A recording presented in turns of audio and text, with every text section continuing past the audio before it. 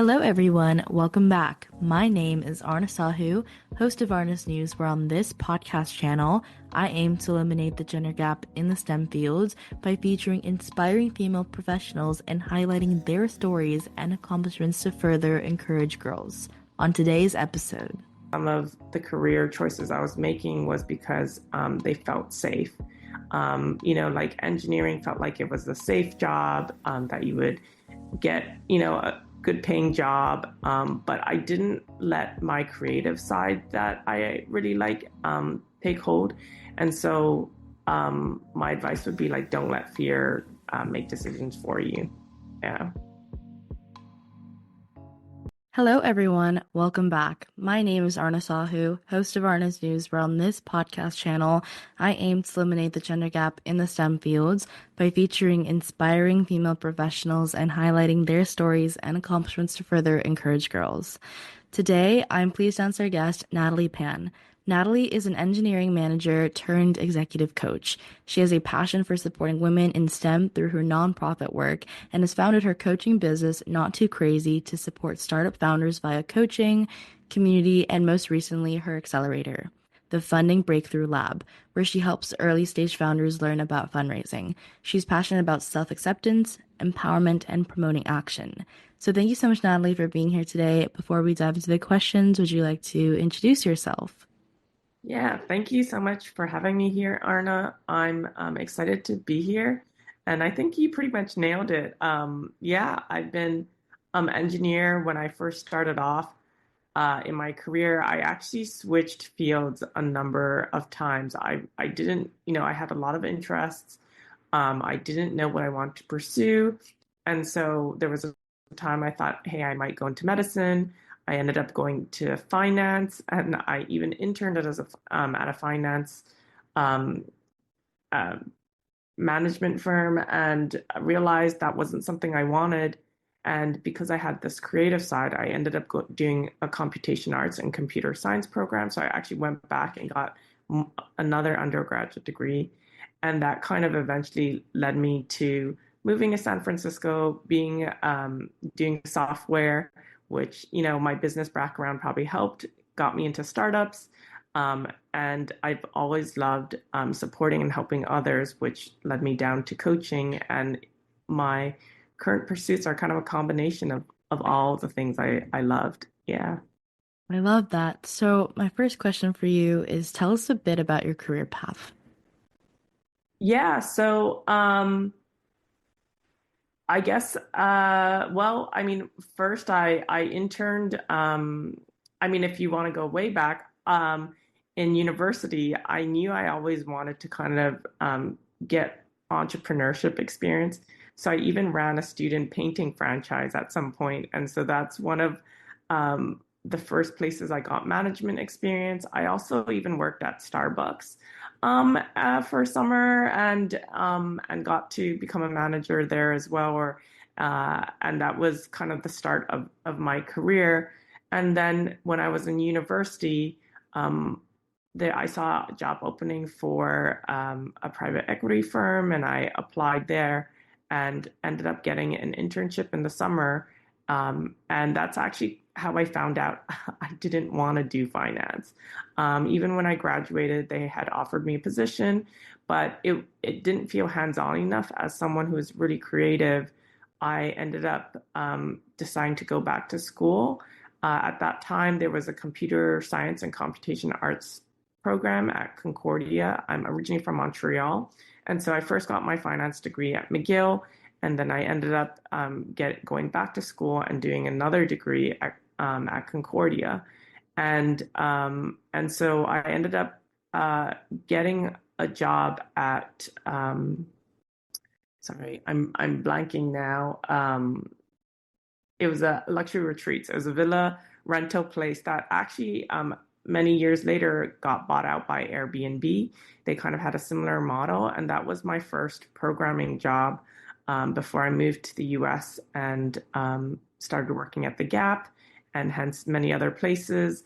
One of the, I think, fun ones was Creator, which was a robotics burger restaurant in San Francisco, and I got to do that was actually my first kind kind of lead engineering, senior engineering position.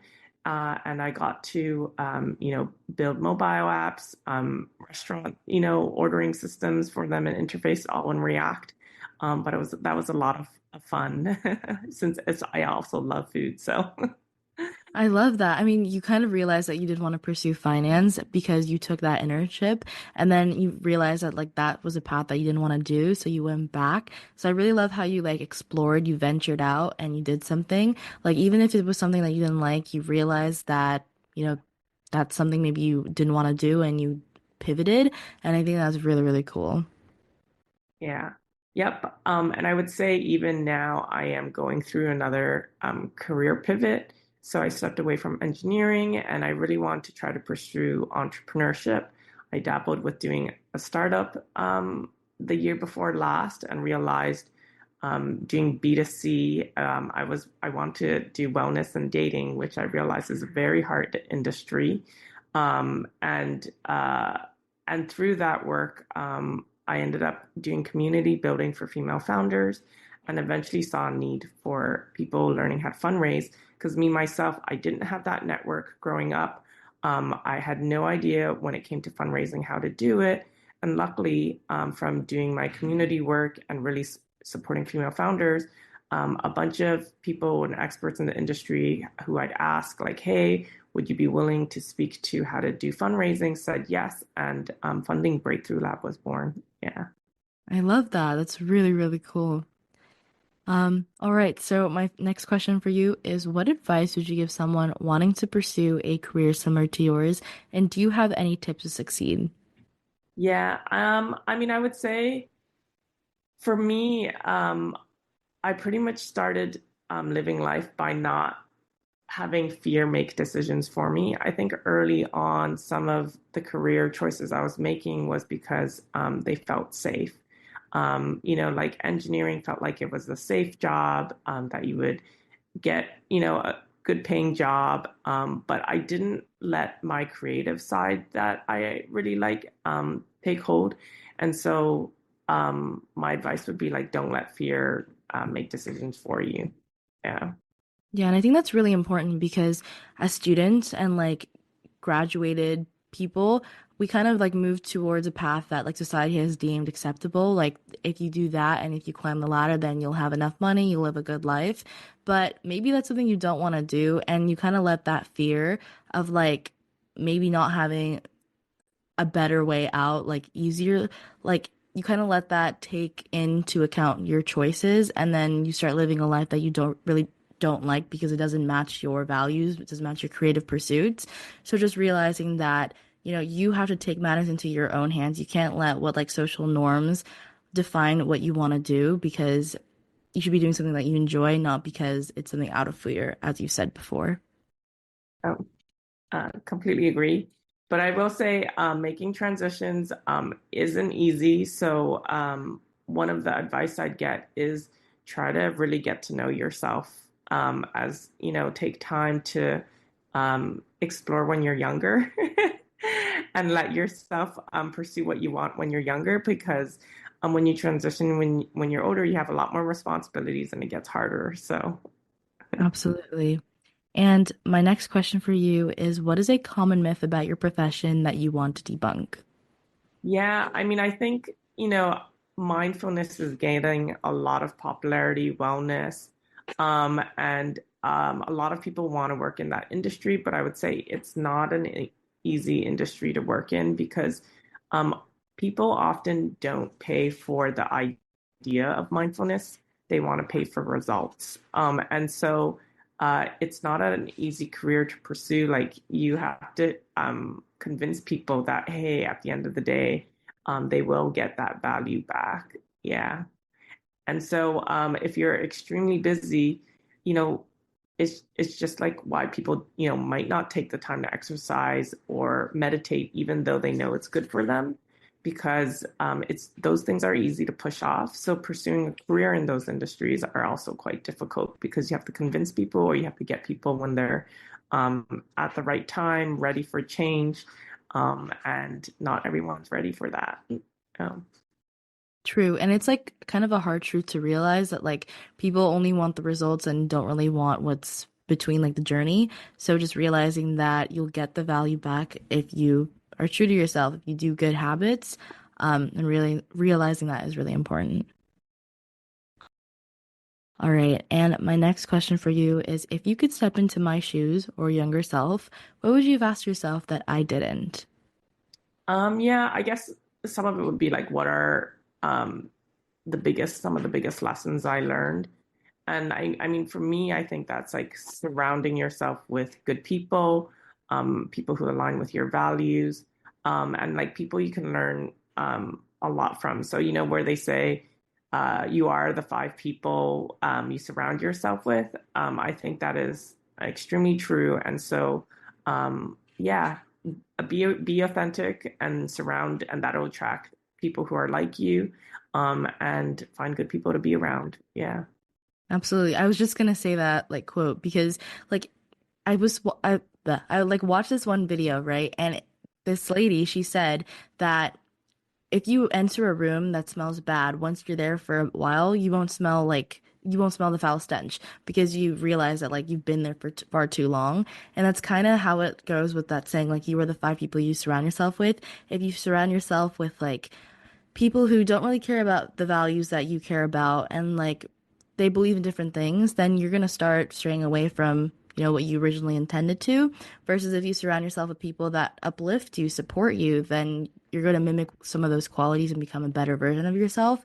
So it really does matter like who you surround yourself with, and you got to be like pretty picky with the people that you choose to be friends with. Yeah. And I love that your stench analogy. I will definitely use that as well. And my next question for you is what are the best resources or books that have helped you find your career path? Yeah. So I actually did a program called the Landmark Forum.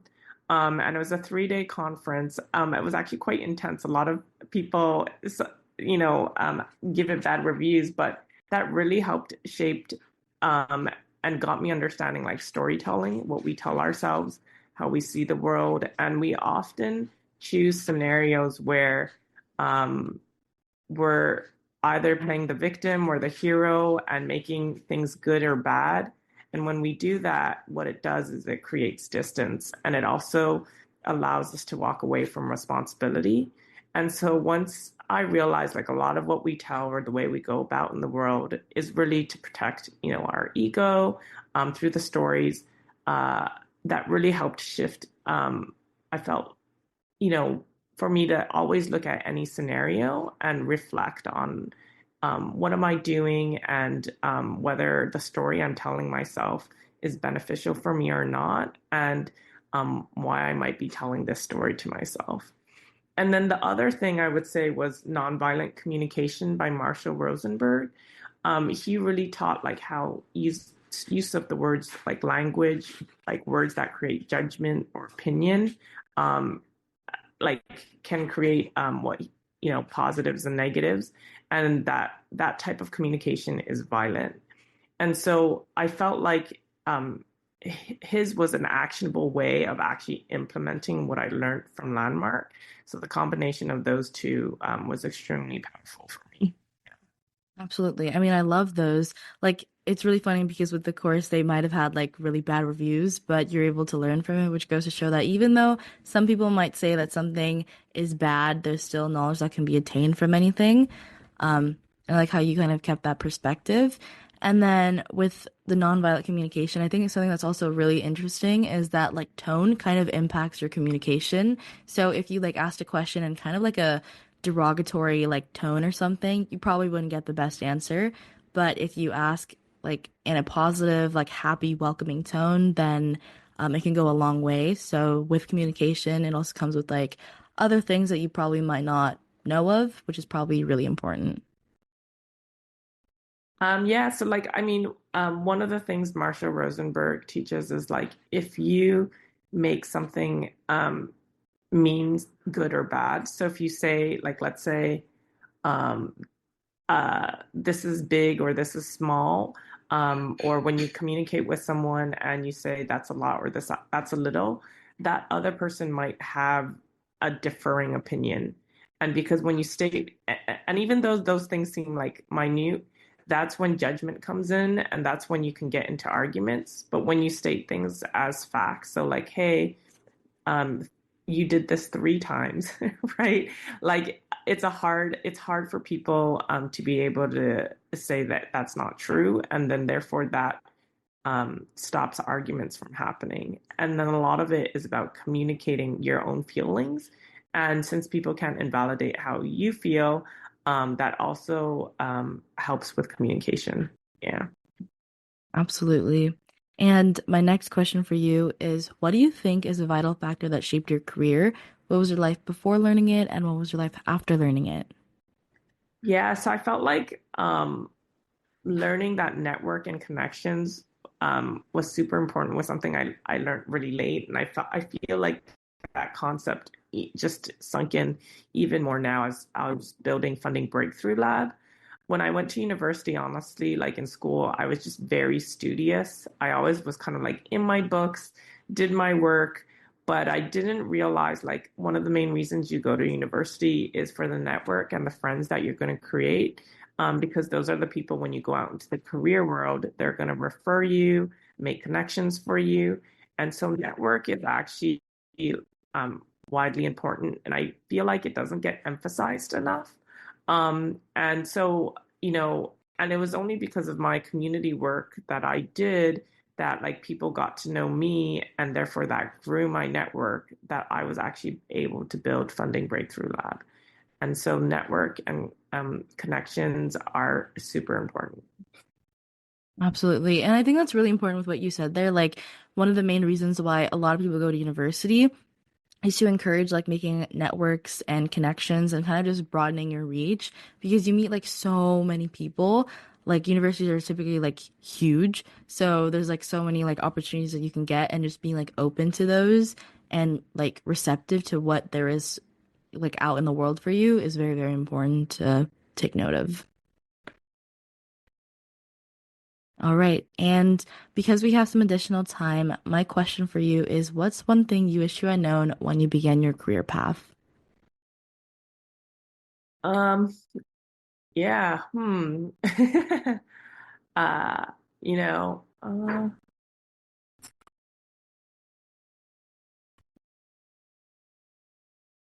I mean, I think there's always this need for certainty. Like we always want things to be certain. I think knowing how to deal with uncertainty, like learning that skill early on, like learning to trust yourself, is really important. And so anytime you take on challenges and you overcome them, you realize you can trust yourself. So I feel like it's not about actually necessarily like learning the skill. It's about learning to trust yourself and also your ability to deal with uncertainty. So the more you can deal with uncertainty, the more things you'll take on, the more things you'll pursue.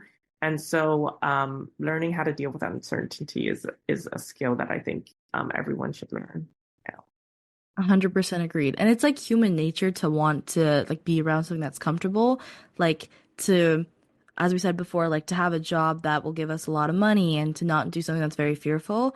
But the thing is that like you you're pretty much in charge of your own future. So if you take on that uncertain problem or something, then who knows, maybe you might get an opportunity out of that or you might have learned something.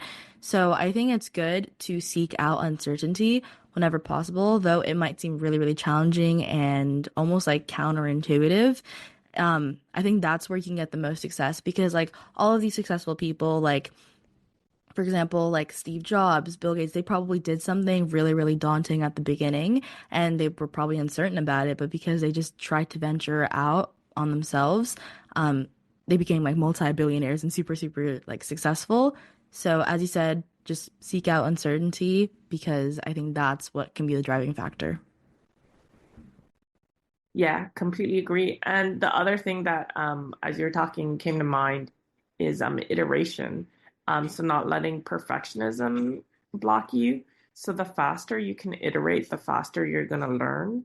And that's been huge. And that's a concept like in startup, whenever you're building a product, they always emphasize. But it's the same thing for when it comes to like building your personal brand, building your business. Like the more you get out there and just try stuff, the faster you learn, and the faster you'll grow. Yeah. Absolutely. Well, thank you so much, Natalie, for being on the interview with me. Before we end off, do you have any last words to the audience? Um, yeah, let's see. I mean, happy to be here and feel free to reach out to me on LinkedIn. Natalie Pan is my profile, Pan like Peter Pan. It's kind of easy to remember. And then if anyone needs a coach, I'm also reachable. I love coaching, and so would be happy to coach some of you youngsters as well. Awesome. Well, thank you so much, Natalie, for being on this interview with me. I absolutely love talking to you. Great. Love talking to you. And I think what you're doing here is amazing, Arna. Yeah. Thank you so much. Thus, that concludes today's episode. If you want to know more about how I relate to these amazing topics, then stay tuned for upcoming episodes. A free way to support this show is by leaving it a 5-star rating and a review on the player you are listening to. Let me know what you enjoy about this podcast, as it's a chance to tell me what you love about the show, and it helps others discover it too. Once again, thank you for finding me, and I hope we stay in touch with each other. Dito, you're listening to Aarna Sahu, the host of Aarna's News. Toodles!